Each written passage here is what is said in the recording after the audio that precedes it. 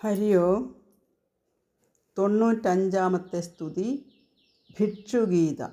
ഇത് ഭാഗവതത്തിൽ 11-ാം സ്കന്ധം 23-ാം അധ്യായം 43 മുതൽ 58 വരെ ശ്ലോകങ്ങൾ. ഉദ്ധവർ ഭഗവാനോട് ചോദിച്ചു, അത്യന്തം ശാന്തരായവരെ ഒഴിച്ചാൽ ബാക്കിയുള്ളവർക്ക് പീഡ നിന്ദാദികൾ അസഹ്യമാണ്. ദുർജന അതിക്രമത്തെ സഹിക്കാനുള്ള മാർഗം ഏതാണ്? ഭഗവാൻ ഭിക്ഷുവിൻ്റെ കഥ പറഞ്ഞു കൊടുക്കുകയാണ്. അവന്തി രാജ്യത്തിലെ ഒരു ബ്രാഹ്മണൻ ക്ലേശിച്ച് കുറേ ധനം സമ്പാദിച്ചു. അദ്ദേഹം ആർജിച്ച ധനം സ്വയം അനുഭവിച്ചില്ല, കുടുംബാംഗങ്ങൾക്ക് കൊടുത്തുമില്ല. ഇങ്ങനെ ധനത്തിനെ മാത്രം സ്നേഹിച്ച് ജീവിച്ച് വാർദ്ധക്യകാലം വന്നു. ക്രമേണ ധനം നശിക്കാൻ തുടങ്ങി. കുറേ ദൈവവശാൽ നശിച്ചു, കുറേ കുടുംബാംഗങ്ങൾ തട്ടിയെടുത്തു. ഒടുവിൽ അദ്ദേഹത്തെ കുടുംബാംഗങ്ങൾ പുറത്താക്കി. ആദ്യം സ്വല്പം ദുഃഖം തോന്നിയെങ്കിലും പിന്നീട് അദ്ദേഹത്തിൻ്റെ ഉൾക്കണ്ണ് തുറന്നു.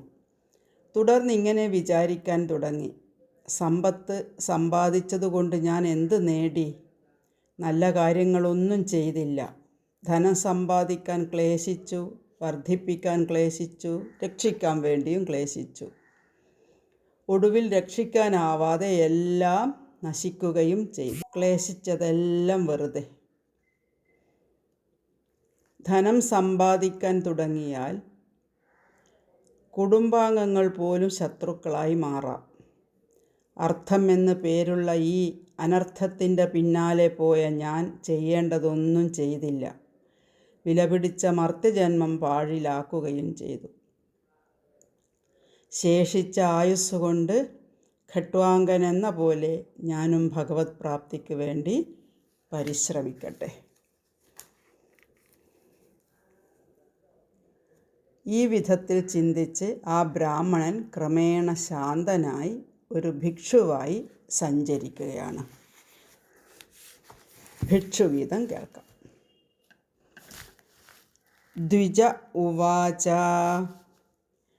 നായം ജനോ മേ സുഖദുഃഖഹേതു ന ദേവതാത്മാ ഗ്രഹകർമ്മകാലാഃ മനഃപരം കാരണമാമനന്തി സംസാരചക്രം പരിവർത്തയേത് യത് മനോഗുണാൻ വൈ സൃജതേ ബലീയസ്തതശ്ച കർമാണി വിലക്ഷണാനി ശുക്ലാനി കൃഷ്ണാന്യഥ ലോഹിതാനി തേഭ്യഃ സവർണാ ശ്രുതയോ ഭവന്തി അനീഹ ആത്മാ മനസാ സമീഹത ഹിരണ്മയോ മത്സകൗ ദ്വിജഷ്ടി മനസ്സുലിംഗം പരിഗൃഹ്യ കാമാൻ ചുഷന്നിബദ്ധോ ഗുണസംഗതോസോ ദാനം സ്വധർമ്മോ നിയമോ യമശ്ച ശ്രുതം ച കർമാണി ച സദ്വൃതാനി സർവേ മനോനിഗ്രഹലക്ഷണാന്താ പരോ ഹി യോഗോ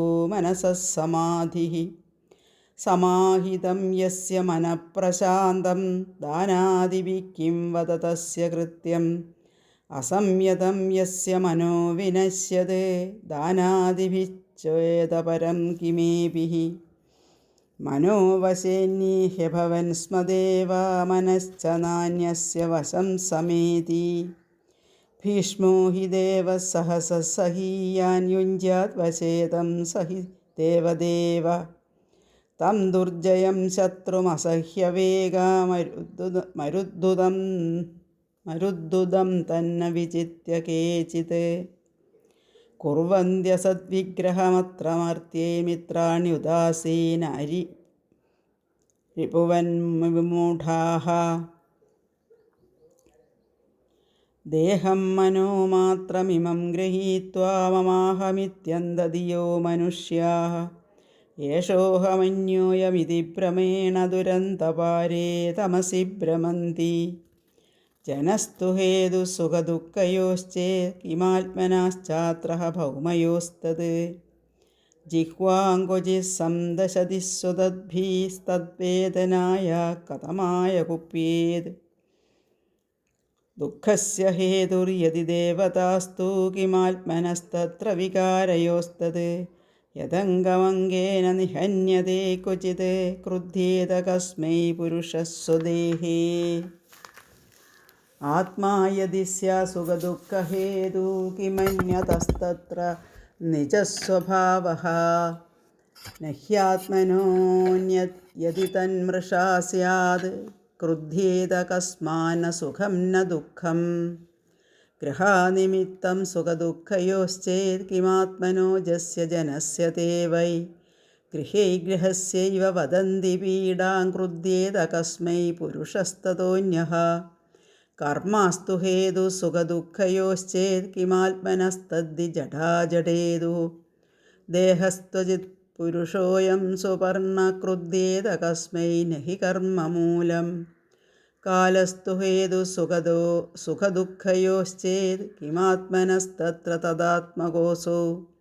നാഗ്നിർഹി താപോ ന ഹിമസ്യ തസ്യാത് ക്രുധ്യേത കസ്മൈ ന പരസ്യ ദ്വന്ദ്വം. ന കേനചിത് ക്വാപി കഥഞ്ജനാ സ്യാദ്വന്ദ്വോ പരാഗഃ പരതഃ പരസ്യ. യഥാഹമസ്സംസൃതിരൂപിണഃ സ്യാദേവം പ്രബുദ്ധോ ന ബിഭേതി ഭൂതൈഃ. ഏതാം സാസ്തായ പരാത്മനിഷ്ഠാമധ്യാസിതാം പൂർവതമൈർമഹർഷിഭിഃ. അഹം ധരിഷ്യാമി ദുരന്തപാരം തതോ മുകുന്ദാംഘ്രി നിഷേവയൈവ.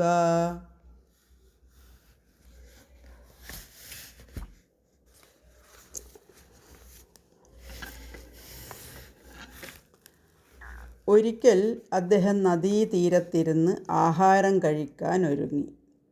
ഉടനെ ചില ദുർജനങ്ങൾ അവിടെ വന്ന് അവർ അദ്ദേഹത്തിൻ്റെ ഭിക്ഷാപാത്രം തട്ടിപ്പറിച്ചു. ശരീരത്തിൽ തുപ്പി വടികൊണ്ടടിച്ചു. ഇങ്ങനെ ദുർജനങ്ങളാൽ ദ്രോഹിക്കപ്പെട്ടുകൊണ്ടിരിക്കെ അദ്ദേഹം ചിന്തിക്കാൻ തുടങ്ങി, എനിക്ക് സുഖമോ ദുഃഖമോ ഉണ്ടാക്കുന്നത് ഈ ജനങ്ങളല്ല. ദേവന്മാരോ ഗ്രഹങ്ങളോ കർമ്മമോ കാലമോ അല്ല. എല്ലാത്തിനും കാരണം മനസ്സാണ്. മനോമയമാണ് ഈ സംസാരചക്രം തന്നെ. യമനിയമാദികളും സ്വധർമ്മങ്ങളും ദാനധർമ്മങ്ങളും അനുഷ്ഠിക്കുന്നത് മനോജയത്തിനു വേണ്ടിയാണ്. മനോജയമാണ് യോഗം എന്നത്. മനോജയം സാധിച്ചവൻ ദേവദേവൻ തന്നെ.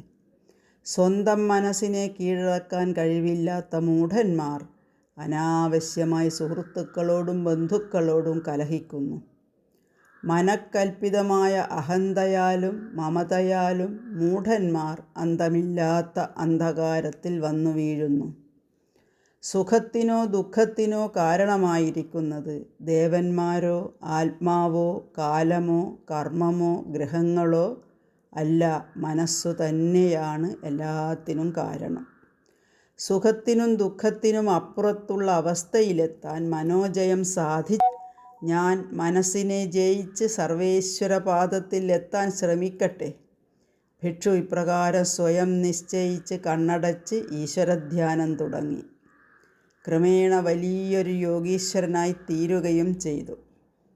പുറത്ത് ദേഹത്തിൽ ആളുകൾ ദ്രോഹിച്ചു കൊണ്ടേയിരിക്കെയാണ് ആ ഭിക്ഷു മേൽപ്പറഞ്ഞ വിധം ചിന്തിച്ചു കൊണ്ടിരുന്നത്. ശരീരത്തിൽ ഏറ്റ പീഡനമൊന്നും അദ്ദേഹത്തെ ബാധിച്ചില്ല. ശരീരത്തിൽ പ്രഹരമേറ്റാലും ആത്മാവിനെ അത് ബാധിക്കുകയില്ല എന്ന് പറഞ്ഞ് അതിന് ഉദാഹരണമായിട്ടാണ് ഭഗവാൻ ഭിക്ഷുവിൻ്റെ ഈ കഥ പറഞ്ഞത്. മനോജയം സാധിച്ചാൽ ജീവൻ മുക്തനായിത്തീരും. അങ്ങനെ ദേഹാദിബന്ധരഹിതനായിത്തീരാൻ, മുക്തനായിത്തീരാൻ ഉദ്ധവനെ ഭഗവാൻ ഉപദേശിക്കുന്നു. ഓം നമോ ഭഗവതേ വാസുദേവായ.